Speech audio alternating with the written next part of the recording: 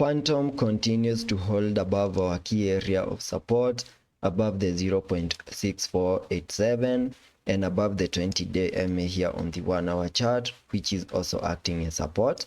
We have also been stuck within our key area of resistance between the 0.6744 and the 0.6972. And on today's video, I will be discussing the scenarios that can play out the moment you manage to break above this key area of resistance, and also give you a scenario that can also play out in case we get rejected over here. So make sure that you stick around to the end of the video,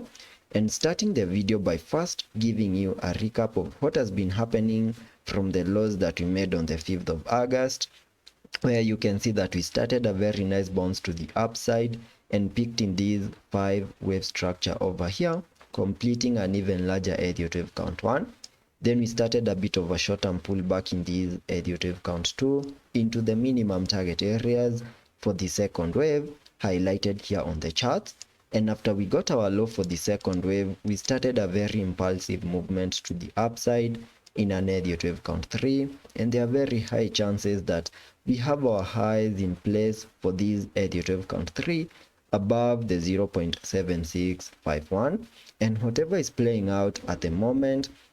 is the start of a short-term pullback in this Elliot wave count 4, whose minimum target areas can be given by connecting the Fibonacci's from the low of the second wave to the high of this Elliot wave count 3, giving me a minimum pullback target area between the fib level 0.5 and the fib level 0.382, and that is between the 0.609 and the 0.5608, which is the area over here. And this is an area that I'm expecting that Phantom is going to fully maximize in the next coming hours. And jumping back to the 1-hour chart, where you can see that we have seen a bit of a short-term pullback into the minimum target area for the 4th wave over here, and we started to see a bit of a reaction to the upside, suggesting that there are chances that we have a high in place, that is a low in place for this Elliot wave count 4, and the bounce that is playing out at the moment is the start of an impulsive Elliot wave count 5 over here. And if that is the case, the minimum target areas for that Elliot wave count 5 can be given by connecting the trend-based Fibonacci from the low of the first wave to the high of this Elliot wave count 1,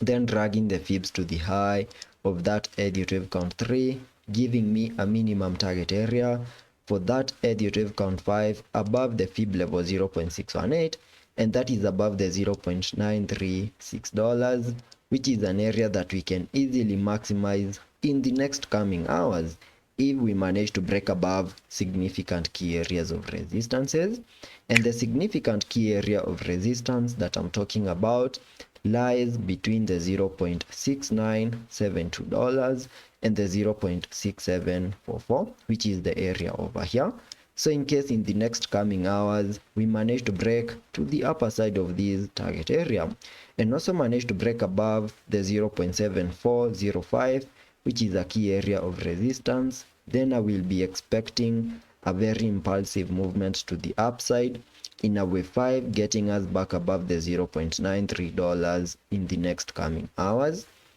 We also need to have in mind that in case we get rejected over here, then that will be suggesting that we still don't have a low in place for this Elliot wave count 4, and whatever is playing out at the moment is a corrective structure, terming this as a wave A. Then this bounce that we can see at the moment is a bounce in this wave B before we can finally see one more new low in a wave C, fully maximizing our minimum target area over here and give us a low for the 4th wave. And then from that point we can expect our aggressive bounce to the upside in this Elliot wave count 5. And that's the reason as to why I'm saying that we need to continue watching the reactions that we are going to see from this area over here,